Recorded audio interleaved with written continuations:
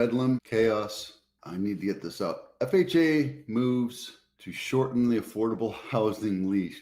They're making it easier for low-income buyers to buy homes. That's fantastic. We absolutely need this. What they're doing is making it easier for people to buy homes. We're lowering the cost. You can go 80% of the low-income average, etc. The problem though is if you're trying to buy in a high income area like, I don't know, Santa Clara County, Silicon Valley, San Jose, Mountain View, wherever, low income's not going to get you a house. It's not going to get you a condo, right? It's not going to get you anything. So that means you're going to have to drive. That's the problem in California. Now it says here, under current housing control, 25% of the mortgages they purchase should be on properties in low income census tracts. They're forcing it up to 50% or higher. How are you going to index that so that people can actually buy property? Because here's the problem you have. You come in and say, I can only afford this much, and you have 2 or 3 other offers saying I can afford this much, then obviously you're going to go with somebody that can afford more, because greed is capital's king. Just what it is.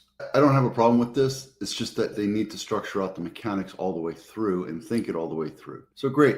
Good for you, FHFA. Make it easier for people to buy homes. I appreciate that.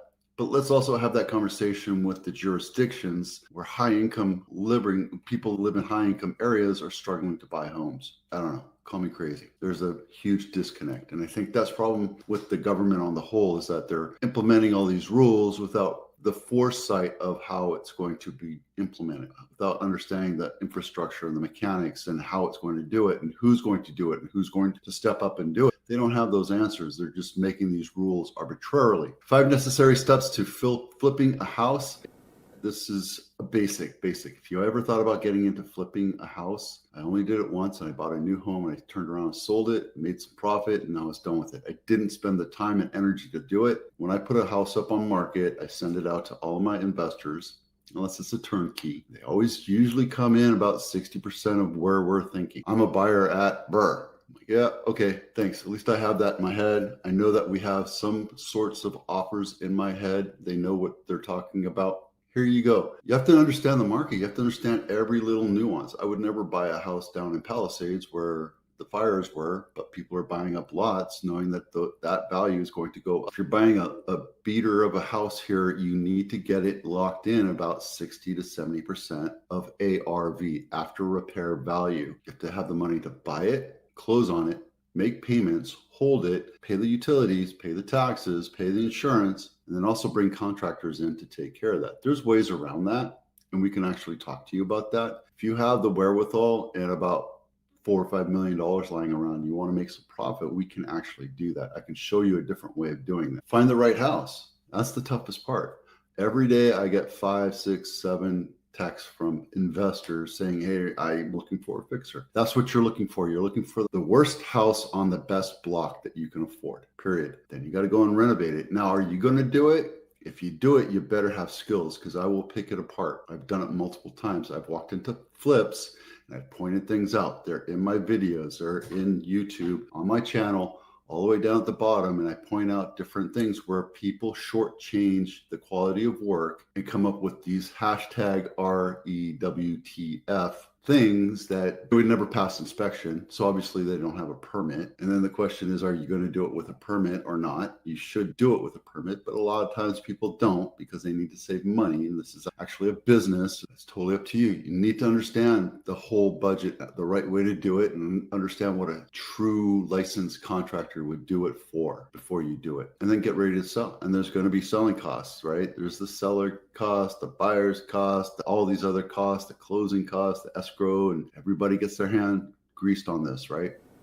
The budget is the biggest thing, especially here in the Valley. If you can buy a house and you have intentions of adding on and adding an extra room or a bathroom, if you say you buy a 2-bedroom, 1 bath, and you think you could put a 3rd bedroom and a 2nd bath on it, you're actually going to get money out of that. You will get an ROI on that, but it's costly because you have to bring in engineering, you have to bring in architecture, you have to bring in the permit and planning and all that other stuff and the delays and all that. So just be prepared that you know what you're doing before you do it. And if you want to talk about it, I'm happy to help you out. Okay, nearly 60,000 home purchases were called off in August. Back on market, it's a normal thing today. We don't have a huge problem here Buyers are skittish and selective. They are being very picky about it, and they know that they have the power. It's a balanced market right now, and sellers are left holding the bag because they think, oh, we're back in 2021 when anybody was buying things and they closed in 15 days and I got to stay in the house for 60, 90 days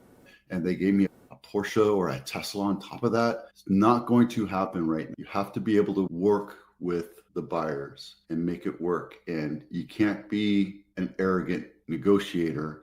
You have to go in knowing that this has to be a win-win on both sides. There's more sellers right now than there are buyers. They say that there's 500,000 more sellers on market than this is across the United States. In the Bay Area, it's a little bit different. It's still a seller's market. We're not really worrying about that. Inspection and repair issues are a top driver for home sales cancellation. 443 agents, 70% said home inspection and repair issues cause deals to fall through. You need to get your stuff fixed up and repaired before you do inspections. I always say do the inspections ahead of time because it will wind up costing you in the long run. It costs anywhere from $1,000 to $2,000 to get inspections done. You want your pest report done. You want your roof. You want your foundation. You want your home, your property inspection. If you have solar, you want that run through. You can have PG&E come through and do a safety check. You can do all sorts of different inspections.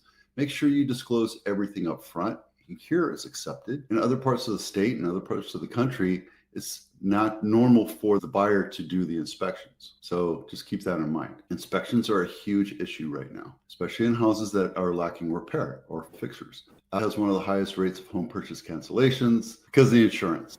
I would also go out to an insurance company and say, if I'm in a high fire zone or hurricane area, if I'm in Florida, I'd be like, hey, how much is this house going to cost to insure in the next year? And then throw that into the disclosures, saying, this is a quote I got from an insurance broker. You should shop around, but here you go. This is a quote I have. So you're fully aware of what you're buying. If you're buying up in the Los Gatos Mountains, you're buying fair plan. This is fire season. We're going to get a lot of fires coming in, a lot of wildfires, and Santa Clara County is not a stranger to fire zones. We had a massive wildfire here in Santa Cruz, the federal park there a couple of years back. It's going to happen. It's not if it's going to happen, it's when it happens. So insurance companies are not carrying in these areas. So just be careful. That's it. If you're thinking about selling your house, not today or tomorrow, but in the next couple months, March, April, May, download this inspection checklist. This doesn't take away inspections. This is for you to go through and look at the house and say, that should be fixed, that should be fixed, that should be fixed. And you either fix it or have a handyman or a contractor come in and fix it, and then you disclose that you fixed it.